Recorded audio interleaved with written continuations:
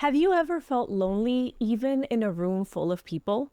Even when your partner is right there sitting across from you at the dinner table? Even when your child is snuggled in your arms, safe and warm? Loneliness isn't always about being physically alone. Sometimes the loneliest moments happen when you're surrounded by people, but you don't feel seen. Hi there. If this is your first time here, welcome to the Parenthood and Relationship Podcast. I'm your host, Markella Kaplani, a psychologist, a parenthood and relationship coach, and a parent myself. Together, we explore the transformative journey of parenthood and its profound impact on our relationship with ourselves, our partners, and our children, so that we can be present and show up as we envision without having to do more. Let's get into today's episode.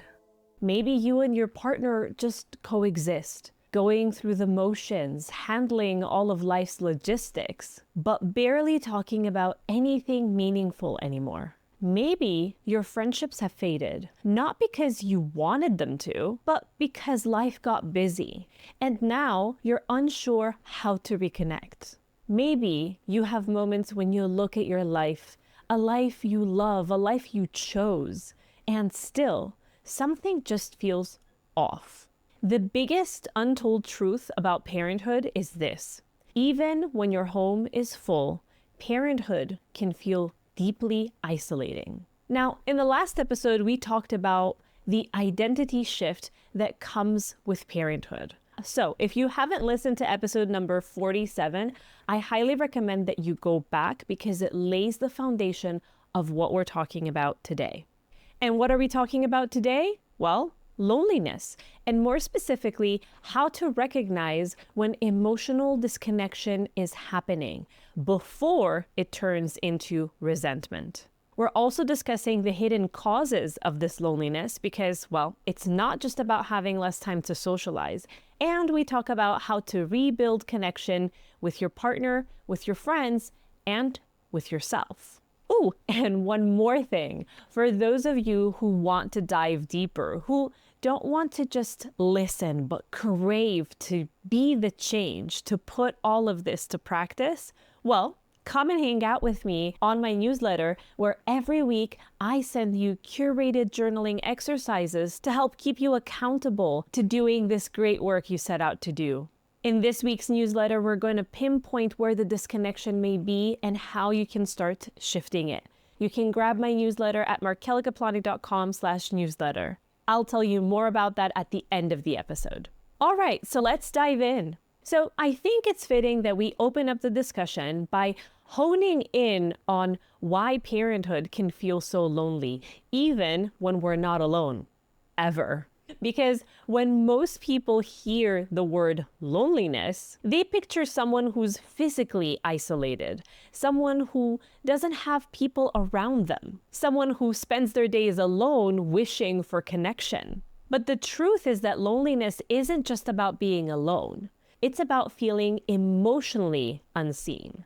It's about feeling disconnected even when your home may be full. It's about that feeling that no one understands you thoroughly. And this kind of loneliness is the one that is hardest to talk about because on the outside, everything looks fine. You're surrounded by family. You're in a relationship. You might even be busy all the time. So how could you possibly feel lonely? The reality is that loneliness isn't about how many people are in your life. It's about how connected you feel to them. And for many parents, connection starts to fade without realizing it. So if you've been feeling lonely, please hear me out. This is common and it's a real experience. And most of all, it's a sign that needs your attention, not a sign that something is wrong with you, not a sign that you should be doing a better job. So if loneliness isn't just about being alone, how do you know if you're emotionally disconnected? Because this kind of loneliness creeps in so gradually, you may not even notice it until one day it feels like a wall between you and the people you love. Let's go then through 3 signs that can help you pinpoint where disconnection may be showing up. take a moment to check in with yourself as I go through these. But if you're a visual or a kinesthetic learner, I've got you. These will be in the email that I send this week. So don't feel like you've got to write any notes, okay? So, number one is when you start to feel emotionally disconnected from your partner. This is when your conversations start to become purely about practical matters and you feel like you are missing, really missing those deep conversations that you once used to have. When you do try to have them though, they fizzle out very quickly or they feel forced and awkward. You may also have a sense of emptiness tied to a lack of truly feeling seen, understood, or appreciated. It's like you're just getting through the day together side by side, but not really holding each other's hands. When was the last time you had a conversation with your partner that wasn't about responsibilities, not about the kids, not about work, but just about you two? When was the last time you were curious about one another, to discover who you are, to discover who you are becoming? If it's been a while, you're not alone, but having said that, this is an integral part of feeling connected as a couple. So let's just sprinkle a little bit of curiosity into these conversations. The second sign of parental loneliness is when you start to miss your old friendships, but reaching out feels hard and awkward. You think about texting someone, but then you talk yourself out of it because you're thinking, people are too busy, or you wonder if it's been too long to reconnect. When you do finally send a message, it feels awkward, like you have to explain where you've been. You might feel like you've drifted apart from people that you used to be very close to, and you don't know how to close the gap. Have you ever typed out a message to a friend and then deleted it before hitting send? That hesitation? That's loneliness hiding behind self-doubt.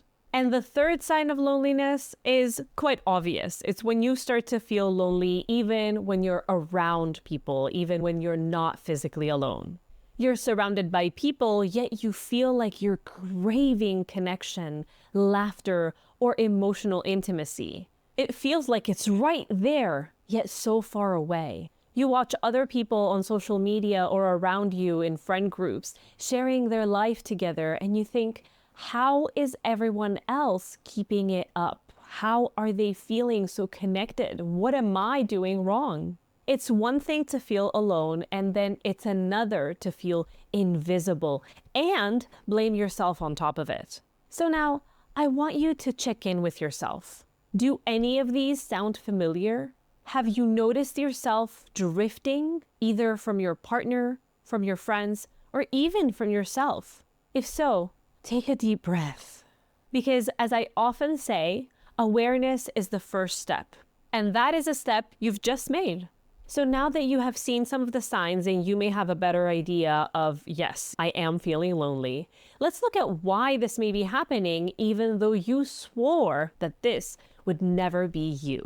I'm going to break down 3 key reasons of why this happens. Number 1, parenthood shifts your priorities without any warning. When you become a parent, everything changes, including your brain. Scientifically, it's been proven that your brain rewires to prioritize caregiving. Your focus shifts from what you need to what your child needs, from your own interests and passions to keeping the family running, from deep conversations with your partner to quick check-ins to make sure that everything is on check and gets done. And that shift is necessary, but also it means that the things that once made you feel connected to the people around you are now getting deprioritized. The friendships that once used to feel effortless, the date nights that were spontaneous and fun, the small moments when you just talked without distractions, without multitasking, those things now require energy and intention. And energy is in short supply. So without even realizing it, the relationships that once felt natural now feel like a lot of work.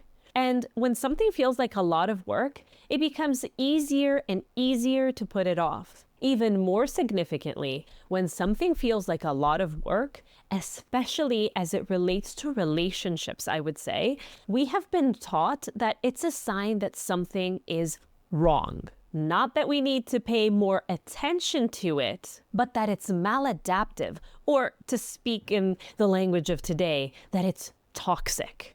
And so part of us, though it's longing for connection, pulls away instead of doing the exact opposite, instead of reaching out. Secondly, the reason for this loneliness could be that you and your partner experience parenthood differently. I know that a lot of people want to say that women and men are the same. We are all human, and so we share the same experience, including parenthood.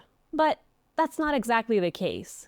We are wired differently. And so while I advocate for sharing the load, for having equal responsibilities, and for dads to be involved just as much as moms, the truth is that even if they're doing the same things at virtually a similar extent, moms and dads will have a different experience in parenthood than one another. Even when you're in it together, one person may feel completely overwhelmed, while the other person may feel like they're being pushed aside. One person may feel like they're lost in parenthood, and the other one can't even understand why things feel so different. Many couples assume that the other person is fine, so deep conversations get pushed aside for more urgent things. And then, without even realizing it, you stop being partners first and you start being co-parents first, partners second. It's not intentional. It's not that the love is gone. It's just that the relationship has shifted into survival mode. And there hasn't been space to shift it back. You have not created the space, because if the other person had cared to do it, they would have approached you, right? Or maybe they haven't approached you because they think everything is fine, and then that makes you the crazy person who feels like there's a problem. Another reason for the feeling of loneliness is that friendships also change. And that can feel like a loss. Friendships before kids were often built on spontaneity and shared experiences. You used to grab dinner after work just because. You used to plan weekend trips and late night conversations. You had time, energy, freedom, and so you were able to say yes to plans. But once you became a parent, the landscape changed. Your free time became rare and unpredictable. Your mental energy is spread so thin. Your schedule revolves around nap times and routines, and then your exhaustion levels. And what happens when you can't say yes to plans anymore? People stop inviting you. Not because they're rejecting you, not because they don't care, but because life has moved on and the rhythm of your friendship has changed. And after a while, reaching out can feel a little awkward. What do I even say? Will they think I'm weird because I'm reaching out now? What if we don't have anything in common anymore? And so instead of sending that text, instead of making that call, you talk yourself out of it. And the distance just grows wider. This isn't just a social shift, it's an emotional one. Because when you lose friendships, it can feel like losing part of yourself as well. And that loss is real. And it's important too, because you may think that my main issue is the distance forming between me and my partner. But we can't ignore the significance on our emotional terrain that friendships have. And so maybe it has started from how you feel about your partner and the problems that you're having in your marriage. But let's not ignore how important and how safe good friendships make us feel. And so even in the case that it hasn't started from the friendship, the fact that friendships are also being affected is important to tend to, is important to prioritize, because it will help you feel more like yourself. It will help you feel more connected. And that can trickle into the partnership as well and help you figure out ways to also connect with your partner as you have gained more of a sense of self and more power through your friendships. Finally, loneliness builds up because emotional needs get pushed aside for practical ones. When life gets busy, we focus on what needs to get done now, not how we feel. And so deep conversations and laughter and playfulness, they just quietly slip down the priority list, replaced by who's handling bedtime and what groceries need restocking, which appointments need scheduling. And before you know it, your relationship becomes all logistics and no connection. You're running the household together, but you're not truly sharing it together. It's not intentional, but it just happens. The longer we go without tending to our emotional needs, the lonelier we feel, even in a house full of people. When was the last time that you were asked, what do you need? Or better yet, when was the last time you asked yourself what you need? This is common, but it's not permanent. And because it's not permanent, because it is so common and we can do something about it, I am very excited to jump into talking about ways that we can rebuild connection without, however, adding an extra task to your already very full plate. Because the truth is that you can have this happen without more work and without a huge lifestyle shift. You just need small intentional moves toward reconnection. And I am going to show you exactly how to do that. Okay, so let's keep this short and sweet. Let's go through 3 simple ways that you can start rebuilding connection today, without pressure, without guilt, and without adding to your exhaustion. Step 1 is to make small moves every day toward your partner. Here's the problem. Deep connection requires space, and parenthood leaves almost no space. So instead of waiting for this perfect moment to have a deep conversation, start now with 5 minutes of a daily check-in. If long conversations seem overwhelming, keep it short and simple. But instead of the usual, how was your day, which usually gets a fine or busy as a response, try asking, what was the best part of your day? What is something that you wish you had more of? These open-ended questions open up the discussion. They open up the door for real conversations without feeling forced or super heavy. They leave room for a longer discussion because they catch us off guard. They make us have to think, which brings us in the now. When we ask each other these typical questions, we stay in our heads where we are planning out the next day or we are berating ourselves for something that we did in a less than perfect way. And so to snap out of that, we need to be asked, or we need to ask, something unexpected. Another way to do this, or something extra that you can try, is to schedule one intentional activity together. Not something huge or some kind of elaborate date night. Not something that takes hours to plan out, but more like an intentional moment of connection. A coffee together in the morning before the chaos of the day begins. A short walk after dinner, even if it's just around the block. Watching a show together without scrolling through your phones. Sitting outside together after the kids have fallen asleep. Or something that is out there, something that is silly, something that is childish.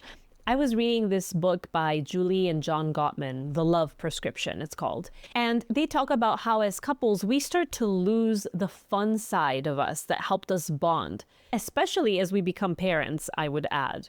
We stop being silly with each other. So this one couple that was very sanitized, let's say, very controlled, very by the book, they were prescribed by their therapist to have a mud fight. The couple was on the brink of divorce. And that mud fight, it helped them to lose control.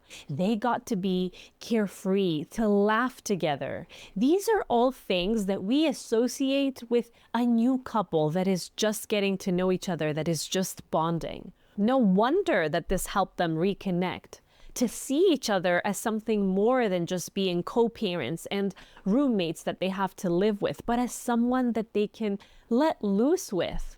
And no, you don't need more time. You just need more small, focused moments of connection. When you start prioritizing just small moments together each day, it naturally opens the door for bigger conversations, for deeper intimacy, and for feeling like partners again that prioritize each other, not just as co-parents. Step 2 is to reconnect with a friend without overthinking it. I don't know if you have pinpointed your loneliness to something specific, say your marriage. If you feel that your partnership is off and you attribute your feelings of loneliness there, it may seem like it's not so important to focus on your friendships. However, the fact that you may also not be connected as much to your friends is also taking a toll. So let's give reconnecting with your friends attention as well. One of the biggest roadblocks to reconnecting with friends is overthinking. So try this today. Send the text that you've been meaning to send. It doesn't have to be a long, deep message. It doesn't have to explain why you've disappeared and haven't talked in a while. Just something simple and real, like, hey, I know it's been forever, but I'd love to catch up. Or, I was just thinking about you today. How have you been? That's it. No overthinking, no over-explaining. Just open up the door to reconnecting. And if you've tried this before and it hasn't been working, if you've been struggling to rekindle old friendships, consider joining a community, an online one, a local parenting group, a book club, a support group for parents in the same stage of life as you are. Because here's the truth. So many people are feeling the same disconnection, and most of them are waiting for someone to reach out first. Why not let that person be you? And finally, step 3, beyond your partner, beyond friendships, there's one more connection that matters just as much, or even more.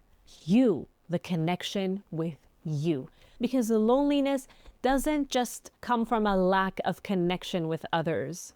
It comes from feeling disconnected from ourselves. And if you've been so focused on everyone else's needs that you've forgotten about your own, here is where to start.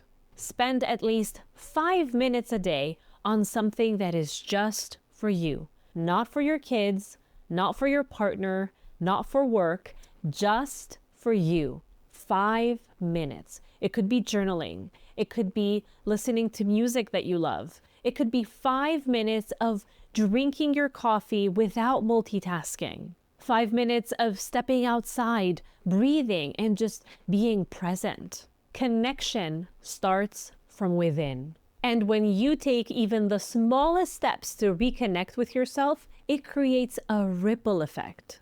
You start showing up more fully in your relationships.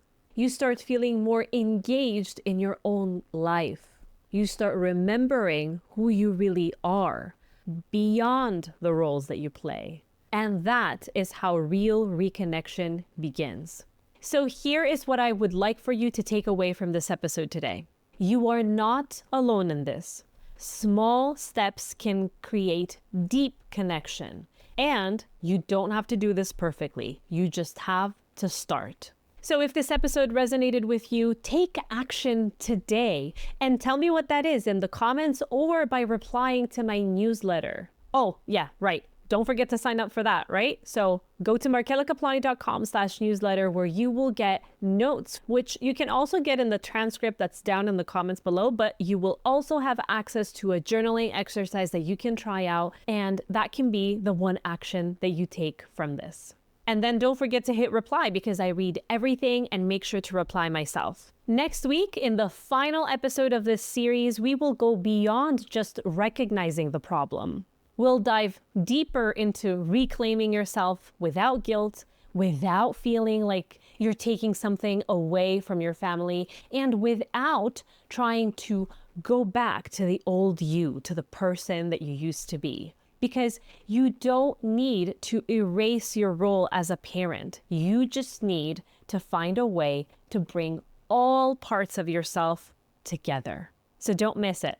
If you love this episode, share it and leave me a review on Apple Podcasts. It means the world to me. And it helps me spread my message so that parents can finally let go of the shackles of shame and of guilt and of self-doubt and parent with confidence while also being true to themselves. Thank you for spending time with me on the Parenthood and Relationship Podcast. I'll see you next Sunday. Bye-bye.